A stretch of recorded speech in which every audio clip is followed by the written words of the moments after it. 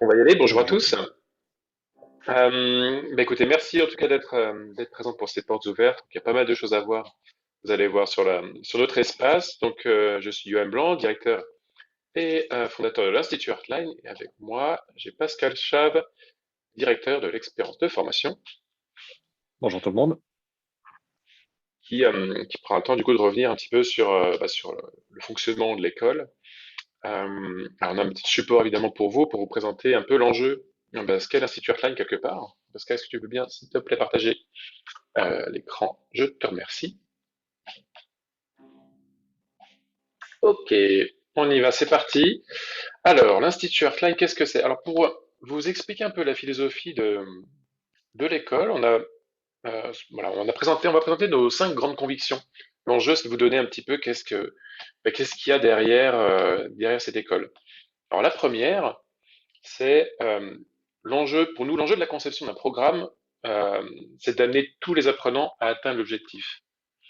Ce qu'on veut entendre par là, c'est vrai que dans les écoles de création numérique, on a souvent cette sélection en amont d'une part, mais on a aussi le passage, notamment dans les prépas, à potentiellement avoir moins de personnes sur l'année supérieure. C'est-à-dire qu'une personne qui va démarrer, on peut très bien avoir des annonces du type la moitié d'entre vous passera en année supérieure, ou des choses comme ça, ou alors des sélections assez sévères par rapport à des notations ou autres. Pour nous, un bon programme, un programme qui est bien construit, c'est qu'une personne qui rentre à un point A doit atteindre le point Z de la formation, l'objectif. Donc tout est construit, conçu comme ça. Pour nous, un apprenant qui n'atteint pas l'objectif, c'est pas nécessairement l'échec de l'apprenant, c'est aussi une remise en question pour nous. Donc on travaille constamment en itération pour progresser dans notre programme et s'assurer que tout le monde atteigne bien l'objectif. Ce qui veut dire avoir bien notifié les bonnes personnes d'entrée et aussi bien sûr avoir un bon accompagnement dans la formation. Le deuxième point, c'est qu'une formation de qualité, pour nous, ça se construit avec des experts métiers et des pédagogues.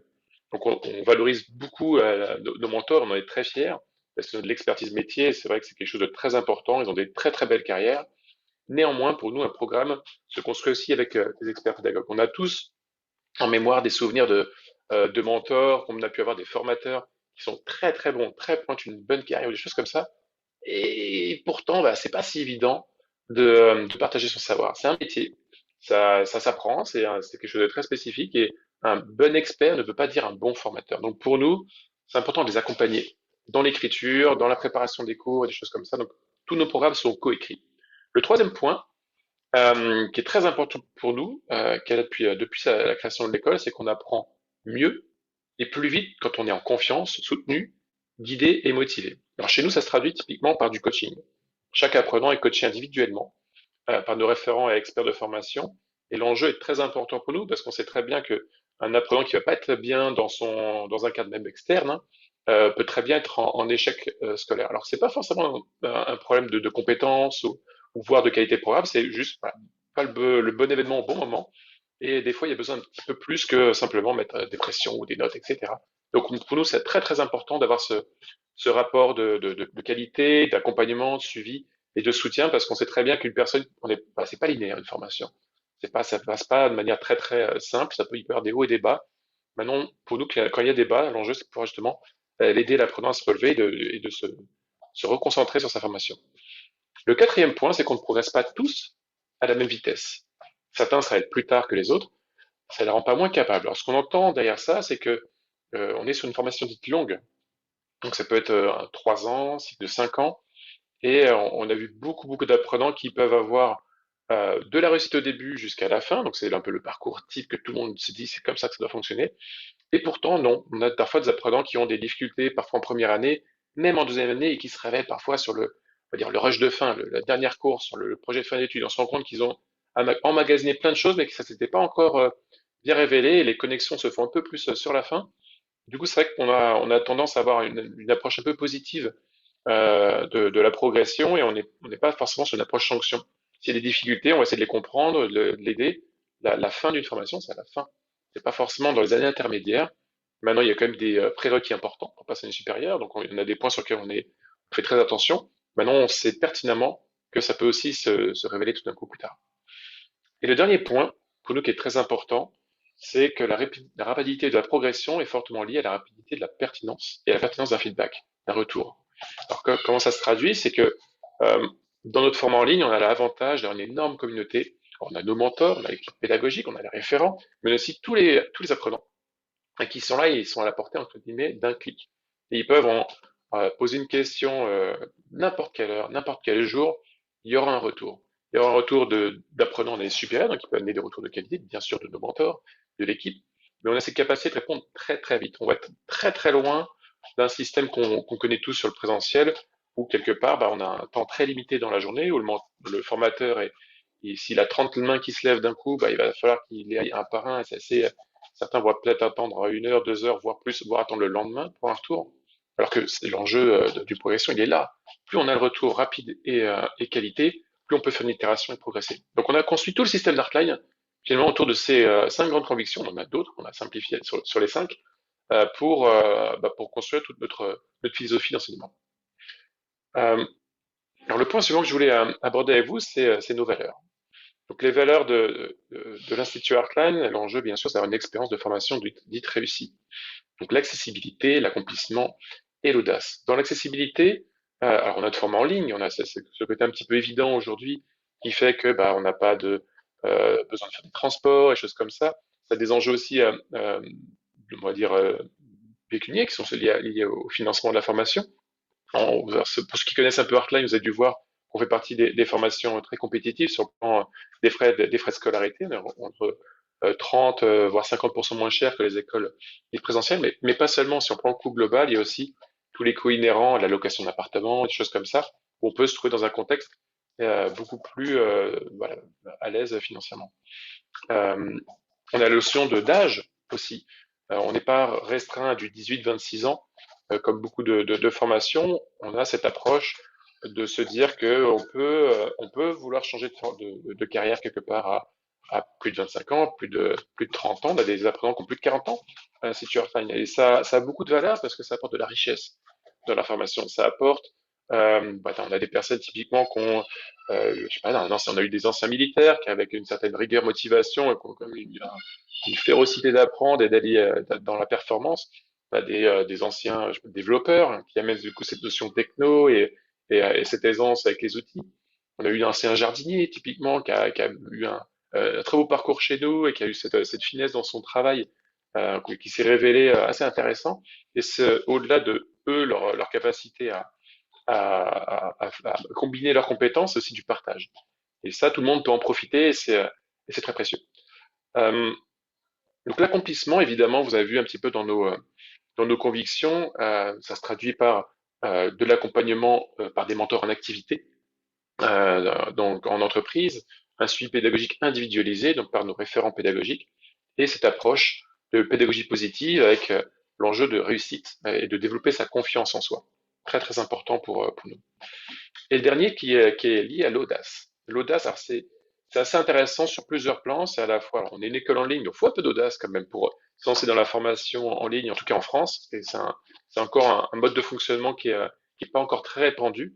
Donc voilà, on a des apprenants qui sont tous audacieux quelque part, mais aussi pour apprendre, parce que pour être dans un apprentissage, on va dire efficace, faut être un petit peu en dehors de sa zone de confiance. C'est là qu'on apprend le plus. Et il faut de l'audace pour arriver dans ces enjeux-là. Donc, on est dans un univers en plus dit créatif. Donc, pour affirmer son univers, il faut tester, il faut y aller. Il faut pas avoir peur de l'échec, parce que c'est comme ça qu'on apprend. Et voilà, ça demande un certain caractère. Et ça, c'est pour nous très important d'avoir ces petits atouts qui font qu'on peut s'émanciper, se développer et être créatif, le tout dans la bienveillance. Alors, qui sont nos apprenants?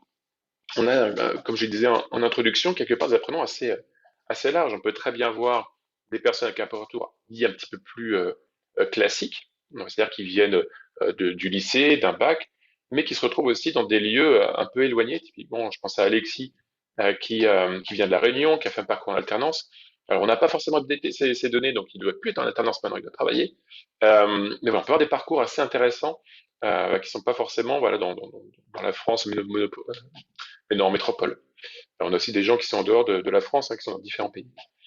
Sébastien, qui est arrivé salarié, donc typiquement développeur, j'en parlais tout à l'heure, père de famille avec un enfant et qui avait l'envie de se reconvertir, envie de travailler dans sa passion. Et voilà, il se retrouve à pouvoir se former, et à jongler avec un peu tous ces enjeux qui sont délicats, hein, vie de famille et travail, il a fallu jongler tout ça, l'adapter, l'ajuster, ça fait partie du dialogue qu'on a avec le référent en expérience formation. Et Mélanie, qui elle, a un parcours un petit peu différent, qui avait fini quelque part ses études en création numérique, mais qui a souhaité se spécialiser.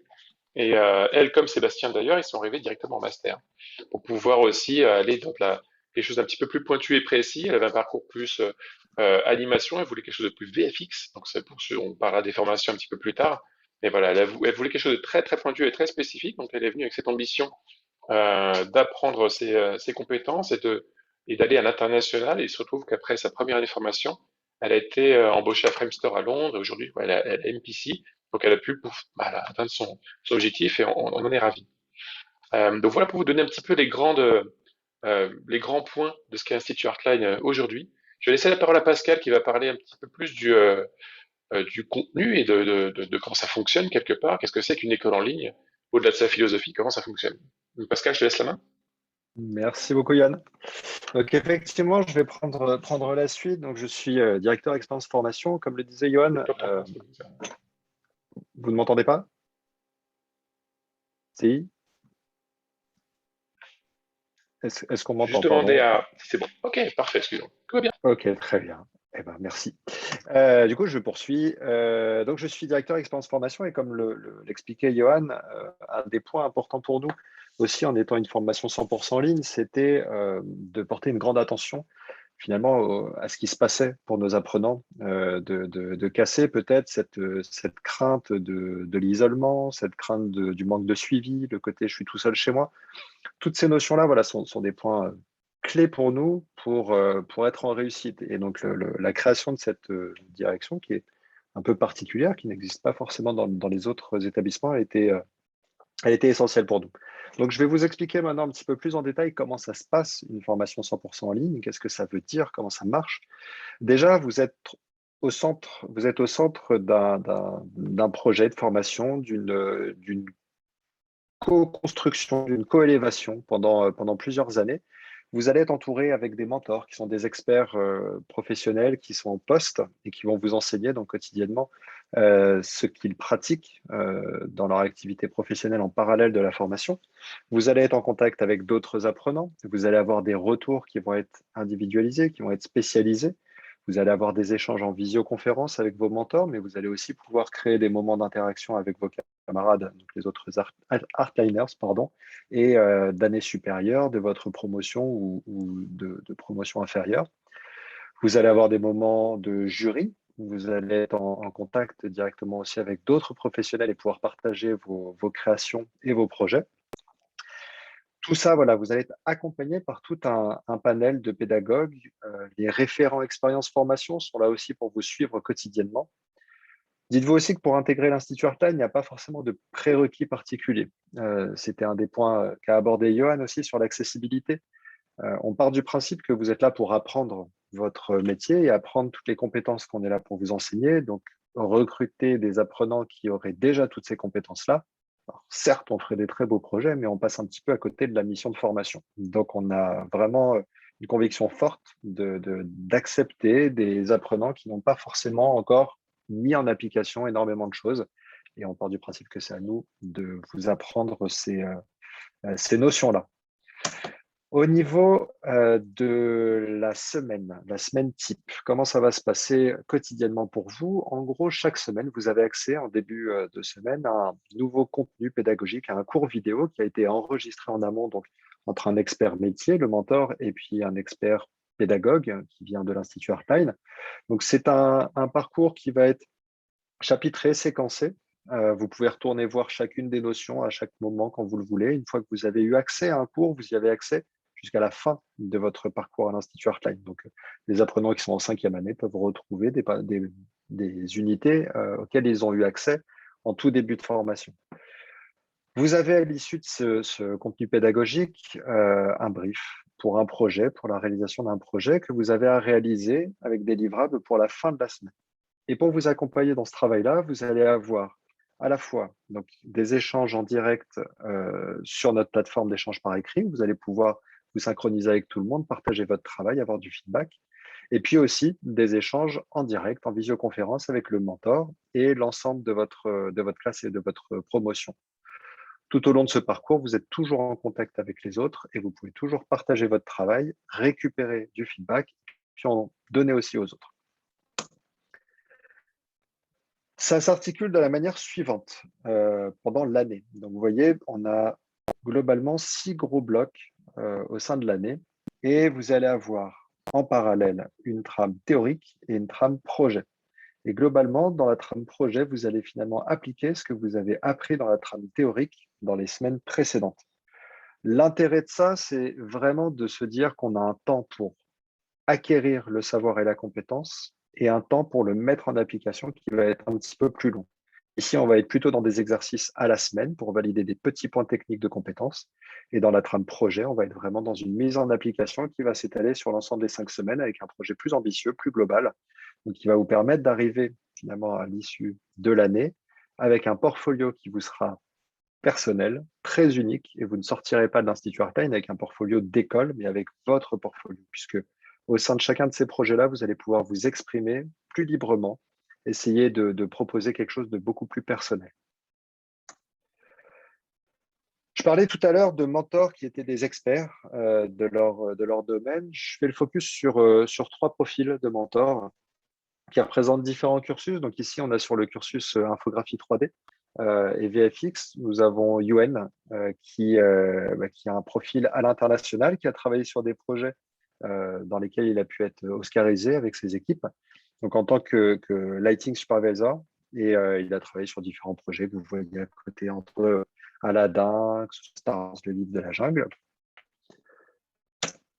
Un autre profil qui, lui, est tourné plus vers le concept art illustration avec Arnaud Valette, donc concept artiste, qui a un profil qui va vraiment en plus être à cheval entre la 2D et la 3D, l'exploitation au maximum de ce qui est le plus intelligent à faire en 3D, le plus intelligent à faire en 2D, et on mixe tout ça. Il a travaillé sur différents projets que vous voyez ici, donc Jurassic World, les Gardiens de la Galaxie ou encore Men in Black.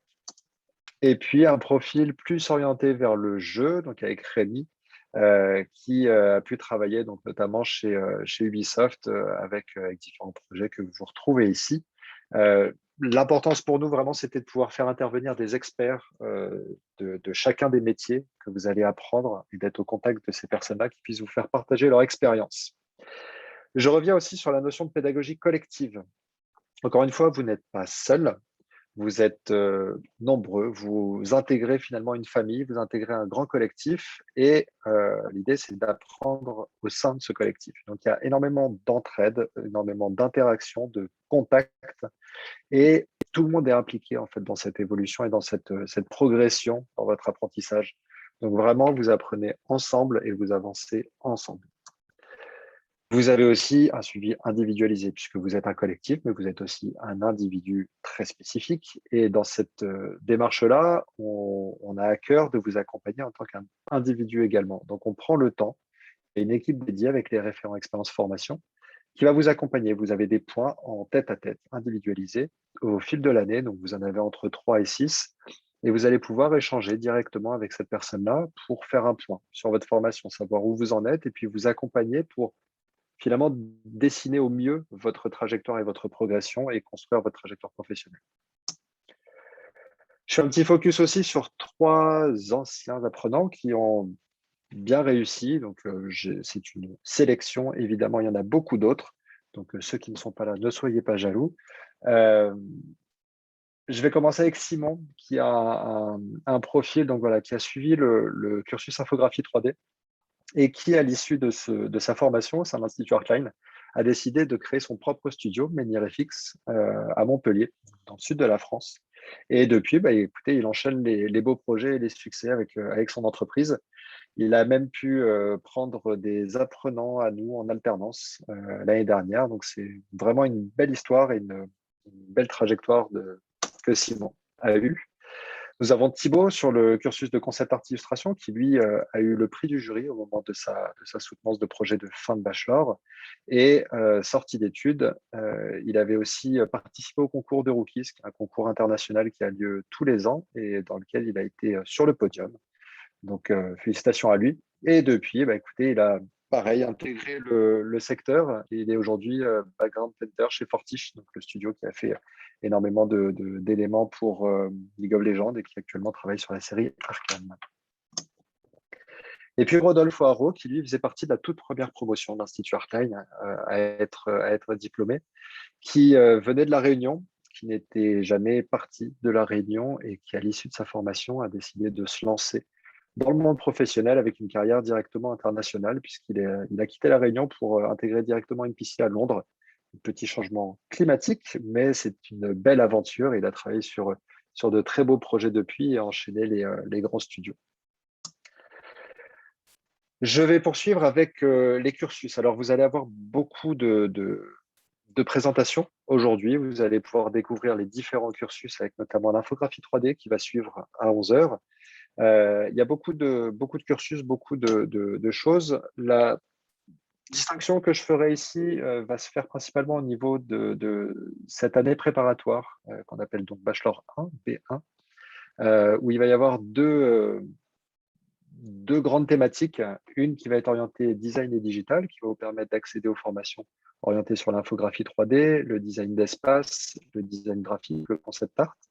Et puis la prépa game, qui elle va former vers les métiers qui tournent autour du monde du jeu vidéo, donc avec le game art qui va s'articuler autour de la création graphique pour le jeu vidéo, et le game design qui lui se porte plus sur les mécaniques de jeu. Donc, vous aurez des présentations pour tous ces cursus-là, et notamment aussi concernant les années préparatoires au cours d'une table ronde en tout début d'après-midi.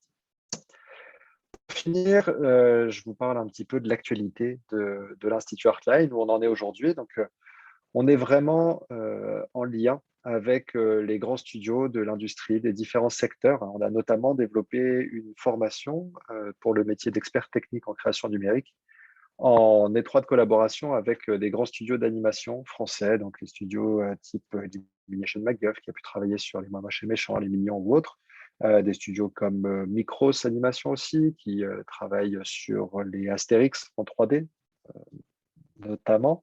Et puis voilà, donc beaucoup de studios, que ce soit orientés sur le monde du cinéma d'animation ou aussi le monde du jeu vidéo.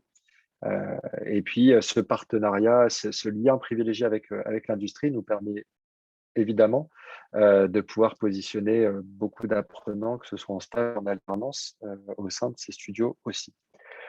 Je parlais tout à l'heure des Rookies, donc ce concours international, on a intégré le top 50 des écoles, des meilleures écoles dans la création numérique en 2020. On a également été dans le top 10 des écoles de création orientées vers le monde du VFX.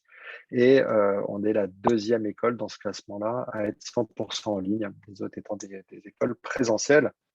Donc, voilà, c'est un concours international et on est très fiers de faire partie de ce classement. Ça se représente aussi au travers de nos apprenants qui réalisent des projets, qui peuvent soumettre aussi à différents concours et qu'ils ont pu remporter. Donc voilà, quelques-uns ici. Pareil, on est une école en ligne, on est encore assez jeune, mais on continue de se développer et l'équipe s'est beaucoup agrandie ces derniers mois. Donc voilà, on accueille des nouvelles personnes régulièrement et la même chose au niveau des mentors finalement. Puisqu'on a de plus en plus de mentors qui rejoignent l'aventure pour vous accompagner et vous faire partager leur expérience. Même chose pour nos jurys professionnels où on va avoir des moments de jury. Donc, à l'issue de votre bachelor ou de votre master, vous allez pouvoir présenter et soutenir vos projets face à un panel de professionnels extérieurs et avoir ces échanges-là avec un jury 100% en ligne maintenant. Et puis, un des gros sujets aussi d'Arcline pour 2021-2022, c'est l'ouverture à l'international, donc école internationale désormais 100% en ligne avec l'ouverture de formations anglophones. Voilà pour le fonctionnement un petit peu de la formation au sein de l'Institut Arcline, avec quelques détails. Donc, si vous avez des questions, n'hésitez surtout pas à les poser, on sera ravis de pouvoir y répondre. Et puis, dans 2 minutes, vous aurez le live vers l'infographie 3D que vous pourrez retrouver dans l'espace infographie 3D. Donc, je vous remercie et je redonne la parole à Johan. Merci Pascal. Bah, écoutez, j'espère que ça vous a donné pas mal d'informations sur l'Institut Artline.